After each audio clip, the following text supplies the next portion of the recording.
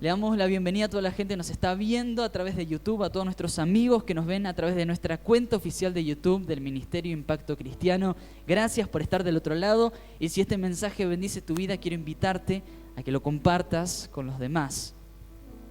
Hay un suceso que nos pasa, es un suceso hasta a veces traumático, que es cuando nosotros pasamos de la niñez a la adolescencia.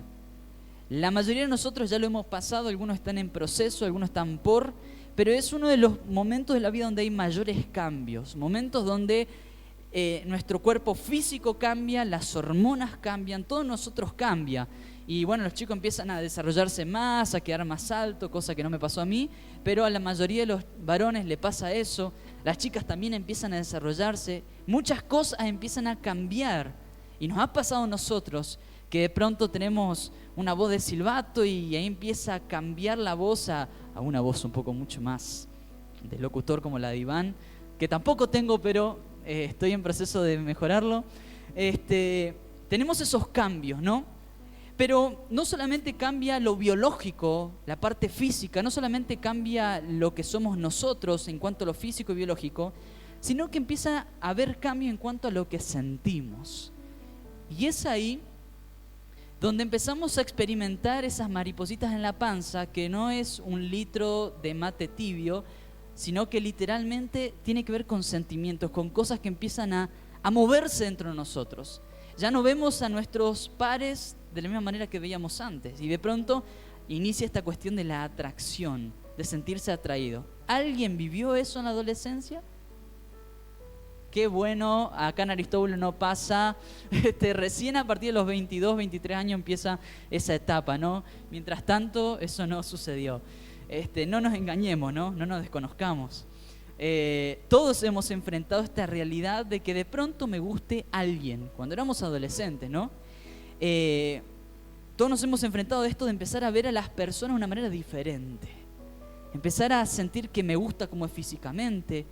Y por ahí es más feo que sándwich de bagre el muchacho, pero de todos modos hay algo que nos gusta y algo que nos atrae, o la chica, ¿no?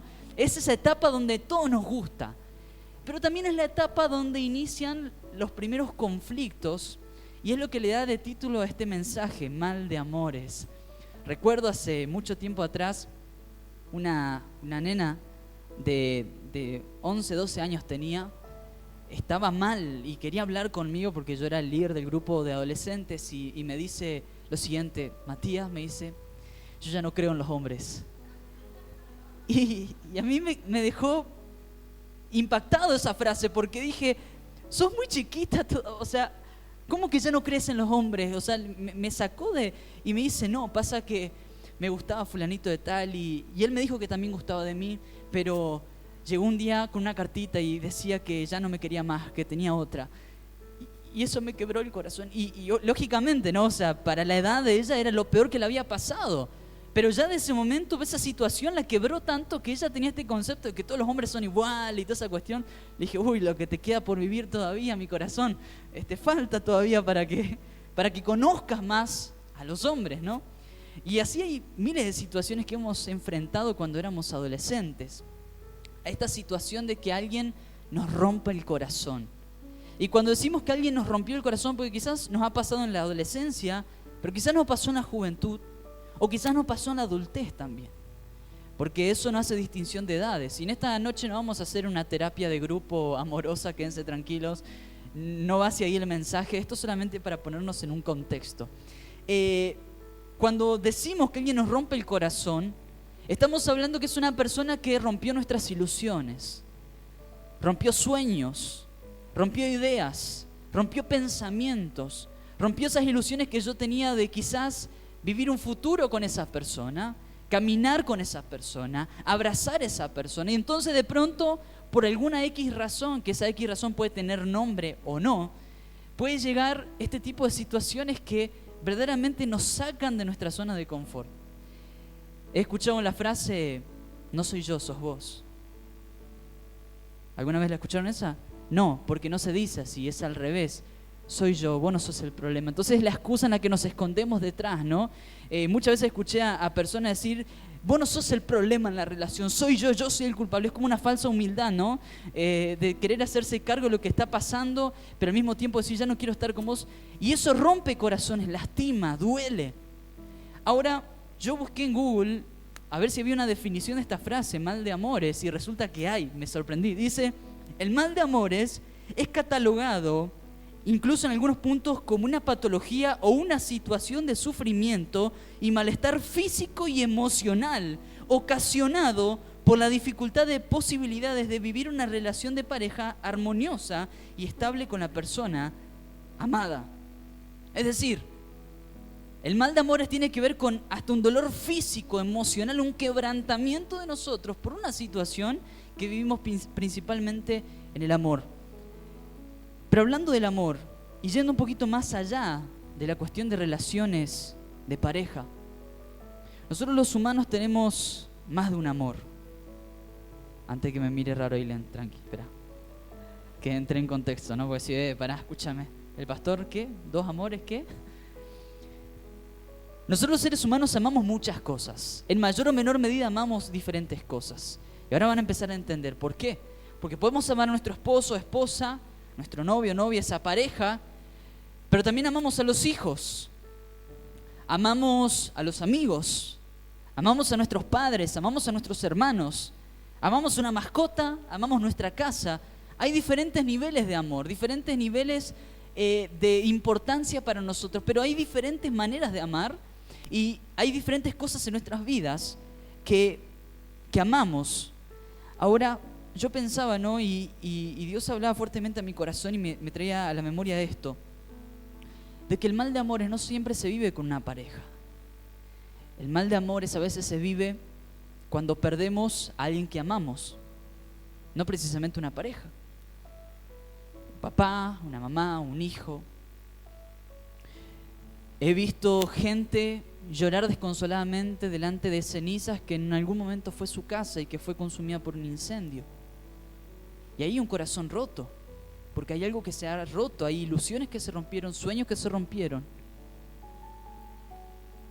Te defraudó un amigo, una amiga, ese amigo que vos considerabas posta, que siempre estaba y vos estabas para él y eras capaz de darlo todo, y de pronto esa persona se aísla, no te responde más, vos no sabes qué pasó, no te da explicaciones de lo que está haciendo, qué rayos le pasó en su vida.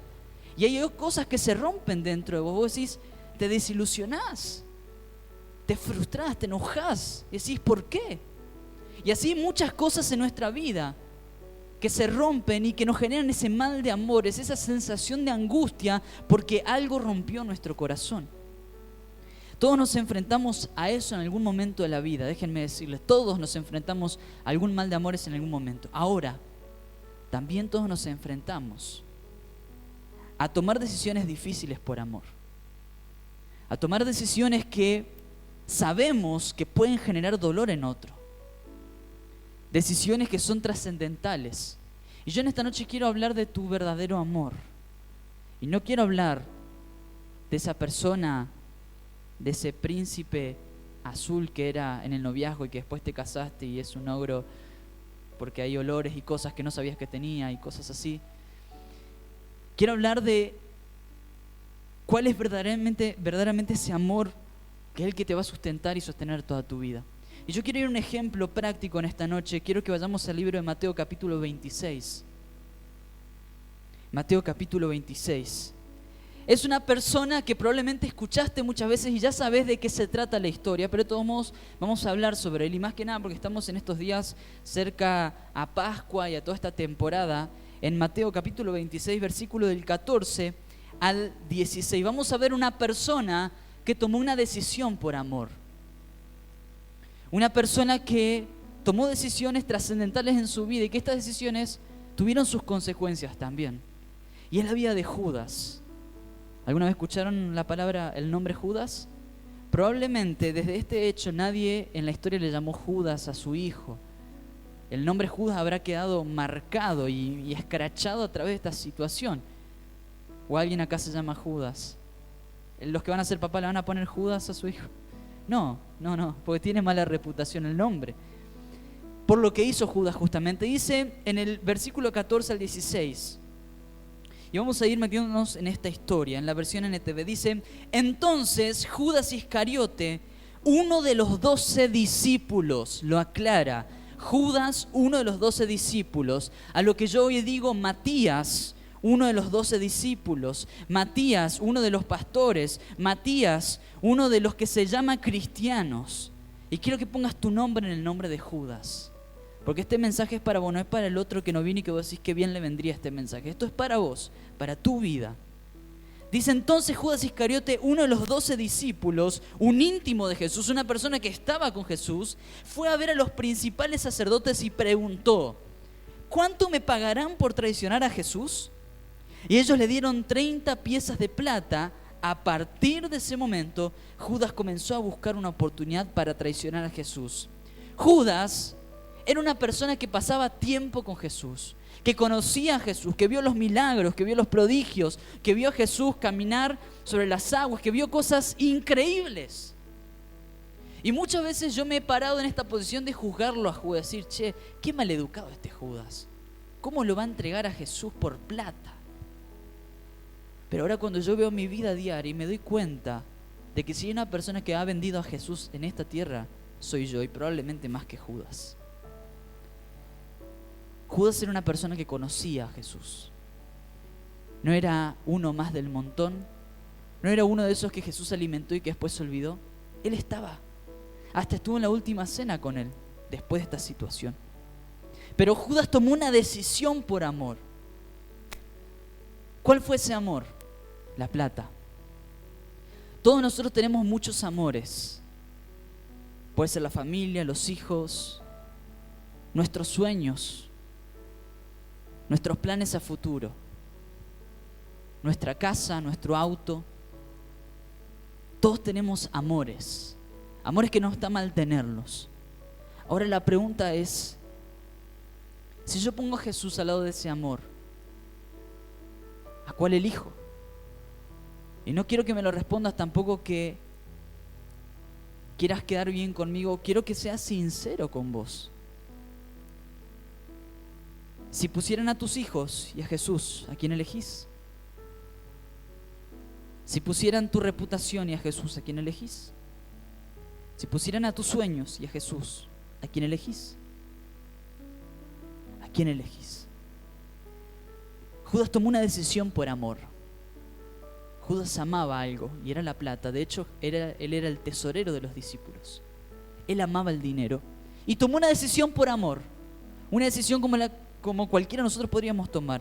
El problema de Judas es que él tomó la decisión por un amor equivocado, que después les trae consecuencias. Mateo 26, versículo 47, nos adelantamos un poquito. ¿Qué pasa entre medio de esto? Judas, después de que acepta dinero a cambio de entregar a Jesús para que lo maten, obviamente, pero él no sabía cómo iba a terminar eso en realidad. Lo que pasa después es que van a la cena, la última cena, comen juntos. Después de eso Pedro niega a Jesús. ¿Se acuerdan de esa historia? Niega a Jesús, Jesús lo ve, el gallo, toda esta situación.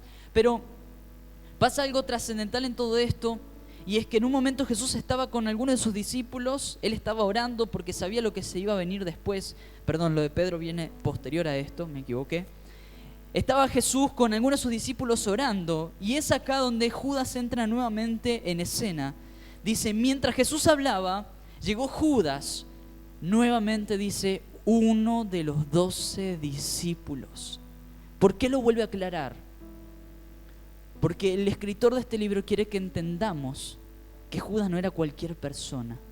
Era un discípulo como vos y como yo. Era un cristiano como vos y como yo. Por eso es que entre Judas y nosotros no hay mucha diferencia. Dice: junto con una multitud de hombres armados con espadas y palos se acercaron a Jesús. Los habían enviado los principales sacerdotes y los ancianos del pueblo.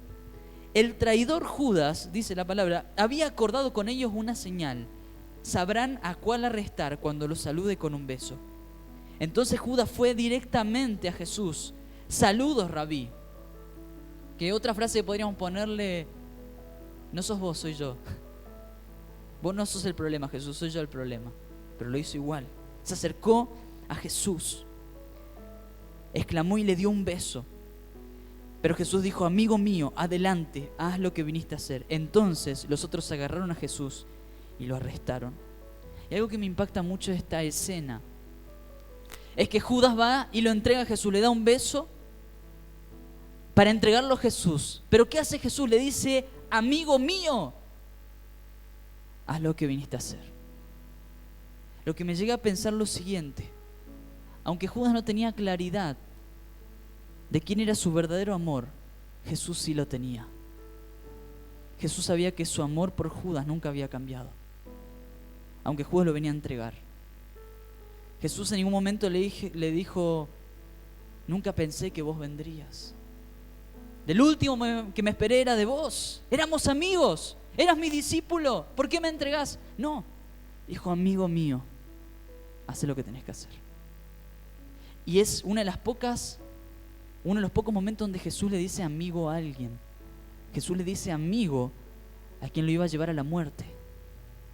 Por eso es que, aunque vos y yo vendamos a Jesús en una cantidad de oportunidades por otros amores, eso no cambia que Él sepa que vos sos su verdadero amor.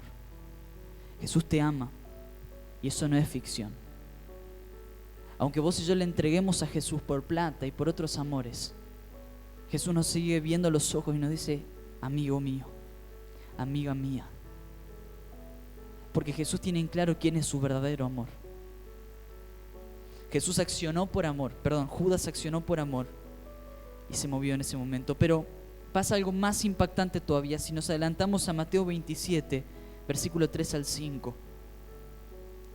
En todo este tiempo Judas se da cuenta de lo que había hecho, se da cuenta que metió la pata, se dio cuenta de que lo que había hecho no era lo correcto, se dio cuenta que se había confundido de amores, se había dado cuenta que el amor que él había elegido no era el correcto, no era el bueno.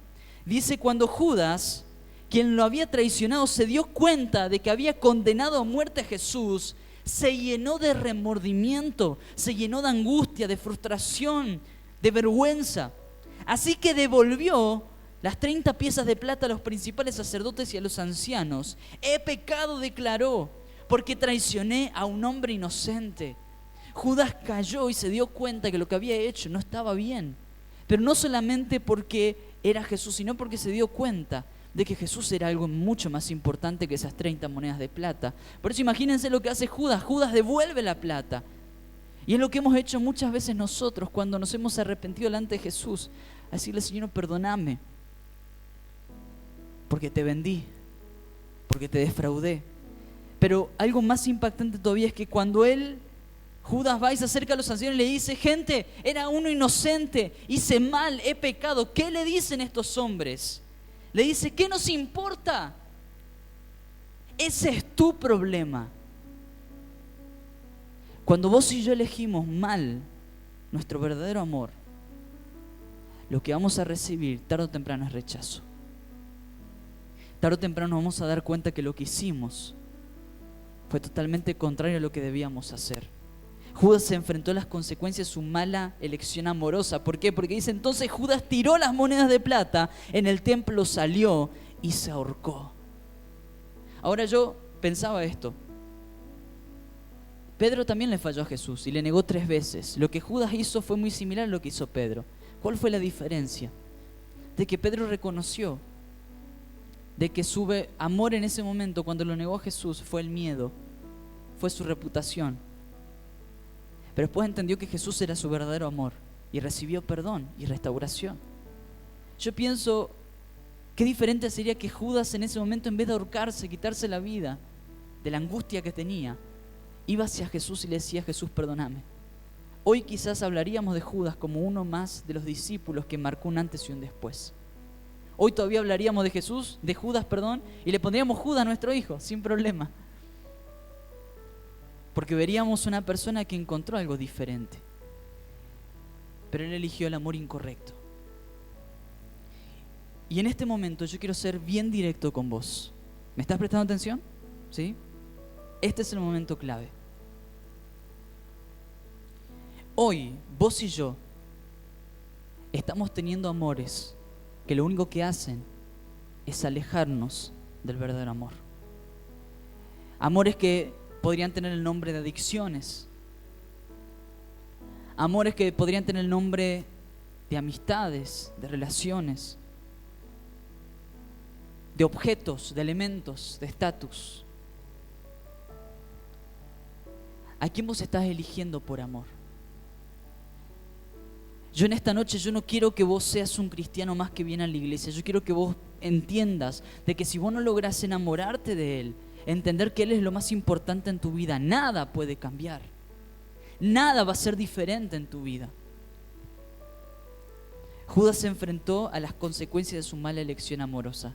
Quienes en la vida han elegido mal un amor, se han dado cuenta de las consecuencias que eso trae. El dolor, la angustia. Lo mismo pasa con Jesús. Cuando Jesús no es tu verdadero amor, cuando Jesús no es tu motivación para vivir, cuando Jesús no es tu motivación para alejarte del pecado, porque nosotros no evitamos el pecado porque simplemente lo dice la Biblia, porque el pastor el fin de semana nos dice que no hay que pecar. Nos alejamos del pecado por amor, porque yo decido amarlo a Jesús, y como Jesús es mi mayor amor, yo hago todo lo posible para serle fiel, así como un esposo le es fiel a su esposa, aun si tiene tentaciones, decide serle fiel. ¿Por qué? Porque ama, lo que significa que no va a ser fácil. Pero muchas veces escuché mucha gente decirme: es imposible, yo no puedo con esta lucha. Probablemente es imposible que salgas de donde estás porque te has enamorado de las cadenas que te están atando. Y nosotros tenemos la capacidad de amarnos, enamorarnos y acostumbrarnos a las cadenas que fueron creadas y preparadas para esclavizarnos toda nuestra vida. 1 Corintios 10:13 dice que todas las tentaciones que tenemos son de género humano. Es decir, hay gente en este lugar que está luchando con lo mismo que vos estás luchando y se enfrenta a lo mismo que vos te enfrentas. Pero dice la palabra: pero Dios es fiel y justo y no va a permitir que la tentación sea mayor a la que puedas soportar, y en conjunto con esto te va a dar la salida. Es decir, cuando vos declarás yo no puedo, Satanás está matando de risa mientras toma un mate y te está mirando. Porque es la mentira que él quiere que vos te creas. No puedo dejar esta adicción, no puedo dejar a esta persona. Es probable porque te enamoraste de eso. Y hoy es tu mayor amor. Y podés venir a la iglesia. Muchos hemos venido a la iglesia durante años. Quiero decirles, 24 años de cristiano, 6 o 7 años de liderazgo y 2 años de pastorado. Y recién ahora yo me estoy dando cuenta y entendiendo que durante muchos años Jesús nunca fue mi prioridad. Recién ahora, y en este último tiempo, estoy dimensionando que me he enamorado de un título, me he enamorado de una cantidad de cosas que no las puedo llevar a la tumba. Me he dado cuenta como pastor y como autoridad que si hay alguien que estaba lejos de Jesús, era yo. Pero pastor, ¿usted predica? Cualquiera predica. Pero no cualquiera puede amar a Jesús. Cualquiera puede tener dones espirituales, hablar en lengua, en arameo, en hawaiano, en chino mandarín. Cualquiera puede soltar profecías en el nombre de Dios y profetizarle a todo el mundo y quien venga. Cualquiera puede tener palabras motivacionales para los demás. Cualquiera lo hace. Pero no cualquiera tiene la capacidad y la valentía de renunciar a todo por Jesús. Y aquel hijo que no ama a Jesús por sobre todas las cosas, está amando a otras cosas en lugar de Jesús. Siempre vamos a tener un amor. Ahora, ¿cuál es? Mateo capítulo 6, versículo 24, Jesús dice algo tremendo. Le voy a leer en la versión TLA, traducción en lenguaje actual. 6:24, Mateo 6:24 dice: ningún esclavo puede trabajar al mismo tiempo para 2 amos, porque siempre obedecerá o amará a uno más que al otro. Del mismo modo, tampoco ustedes pueden servir al mismo tiempo a Dios y a las riquezas. Y sacarle la palabra riqueza, ponerle el nombre de ese otro amor. Yo no estoy diciendo que no tenés que amar a tus hijos. No estoy diciendo que no tenés que amar tu trabajo, que no tenés que amar lo que haces, lo que te gusta. Por supuesto, tenemos que amar. Pero ¿quién es tu amor principal? Y quiero que te grabes esto en el corazón. Jesús no quiere ser una opción más en tu vida. Jesús quiere ser la única opción. Jesús no es una opción más en tu vida, como una aplicación más en el celular que utilizas cuando lo necesitas. Perdóname que sea tan directo, pero tengo que decírtelo. Jesús no es una aplicación que vos activás un domingo a las 8 menos 5 y desactivás a las 10 de la noche para luego durante toda la semana seguir sirviendo a otros dioses. Al Dios de la infidelidad, al Dios de las adicciones. ¿Qué dioses estás sirviendo? Quiero contarte una historia breve y ya con esto quiero ir terminando.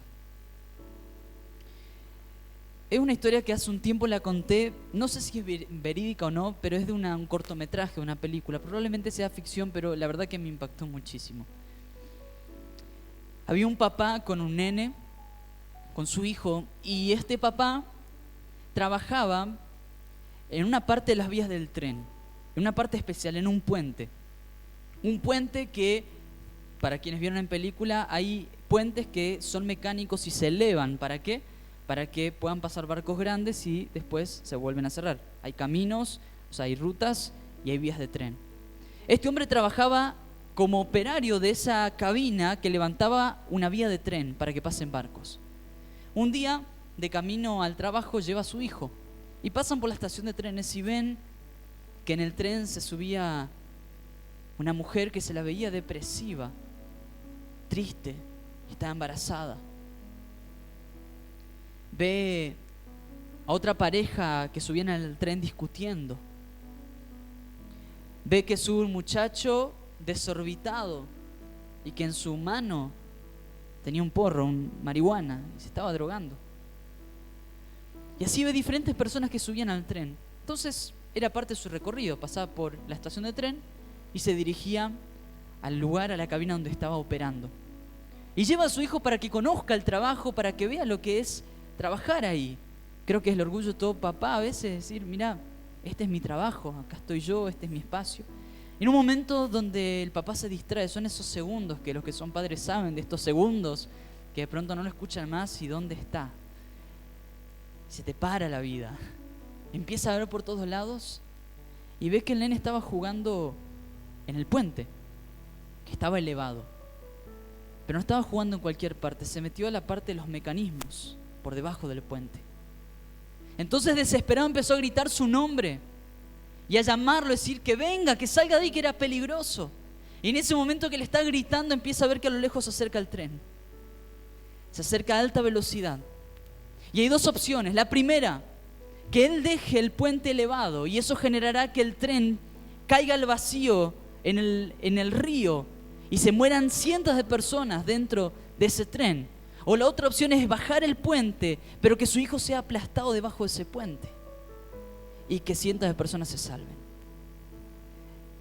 Yo traté de ponerme en ese lugar. ¿Qué harían ustedes? ¿Sacrificar a uno para que cientos se salven? ¿O sacrificar a cientos para que uno se salve? Entonces este papá, de la desesperación, y cada segundo contaba y el tren se acercaba a alta velocidad, ya empezaba a tocar la bocina, alertando de que el tren estaba elevado, que lo baje rápido porque iba a ser un accidente fatal. El papá empieza a ver qué hacía desesperadamente y baja la palanca para que el puente empiece a bajar. Entonces va corriendo hacia donde estaba el hijo para sacarlo y gritando desesperadamente como cualquier papá queriendo salvar a su hijo. A pocos metros de llegar y gritando, el puente baja completamente y segundos después el tren pasa por encima. Obviamente, en ese instante se da cuenta que su hijo estaba debajo del puente aplastado, que lo había perdido. Y obviamente, como toda situación de desesperación, gritos, frustración, tristeza, enojo. Tiempo después este hombre, muchos Un tiempo después, meses, quizás algunos años después, pasa por la estación y ve a la misma mujer que la había visto entrar al tren depresiva. Ahora estaba sonriendo con un bebé en brazos. Veía al chico que se estaba drogando, que estaba bien vestido, con un maletín en la mano, como yendo a trabajar. Estaba viendo este matrimonio que estaba en guerra, peleando y discutiendo, y enojados, agarrados de la mano, caminando. Y se da cuenta de que no solamente había salvado a esas personas, había salvado destinos futuros. Dios hizo lo mismo. Dios, si hubo alguien que sufrió un mal de amores, fue Dios. Porque tuvo que tomar la decisión entre su hijo o vos, entre su hijo o yo, entre su hijo o un tren lleno de pecadores como nosotros, un tren lleno de fallas como nosotros. Pero aún así, tomó la decisión de entregar a uno para que todos se salven. Ahora yo te pregunto, si Dios tomó esa decisión, si Jesús, incluso el mismo Jesús, sufrió ese mal de amores, ¿por qué? Porque minutos antes de ser entregado decía: Señor, si está en las posibilidades apartar de mí esta copa, hacelo, pero que no se haga lo que yo quiera, sino lo que vos quieras. Jesús le estaba diciendo al Padre: papá, si hay posibilidades que yo pueda evitar morir en la cruz, buenísimo, pero que no sea como yo quiero, que sea como vos quieras. Y muchas veces nosotros nos seguimos revolcando en las mismas circunstancias, pateando las mismas piedras, enamorándonos y eligiéndonos a estos amores que solamente nos traen frustración, enojo, ansiedad, futuros imprecisos. Cuando Jesús no lo dudó dos veces. Tenía de un lado el amor a su propia vida o el amor a vos. Eligió amarte a vos y morir en la cruz. Por eso es que si en esta vida vas a tener un mal de amores, que sea porque decidiste amar a Jesús. Amar a Jesús duele. Amar a Jesús frustra. Amar a Jesús nos genera preguntas sin respuestas. Amar a Jesús nos saca de la comodidad. Amar a Jesús nos lleva a morir a nosotros, a morir a nuestro ego, para bendecir a otros. Amar a Jesús significa sufrir un mal de amores. Pero la ventaja es que vamos a estar enamorados del verdadero amor. Del amor que todo lo puede, que todo lo perdona. El amor que todo lo soporta. Ese amor que vemos en Corintios, todo lo puede, todo lo soporta. Nunca deja de ser. ¿Jesús es una opción más en tu vida o es la opción? Ahora en esta noche me vas a poder decir amén. Amén, pastor. Jesús, Jesús. Mañana, ¿quién va a ser tu único amor?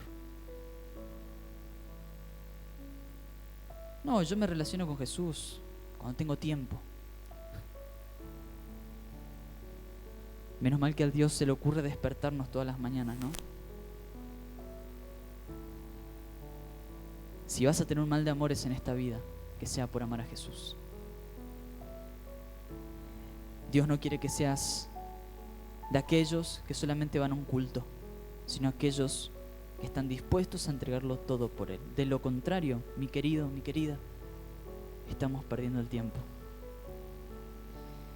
Por eso a toda la gente que nos está viendo a través de YouTube y a los hermanos que nos están viendo y están viendo este video a través de las plataformas digitales, animarte a lo mismo. Vas a tener que tomar decisiones. Vas a tener que alejarte de hábitos, de pecados, de cosas que sabes que te hacen mal, pero que estás dispuesto a entregar por amor. ¿Qué lugar ocupa Él en tu vida? Es mi deseo que a través de este mensaje el Señor te bendiga. El Señor abra tu cabeza, tu entendimiento. El Señor te llene de su paz y haga resplandecer su rostro sobre tu vida. Es mi deseo que Dios te bendiga. Y si este mensaje es de bendición a tu vida espiritual, te invito a que lo puedas compartir con los demás.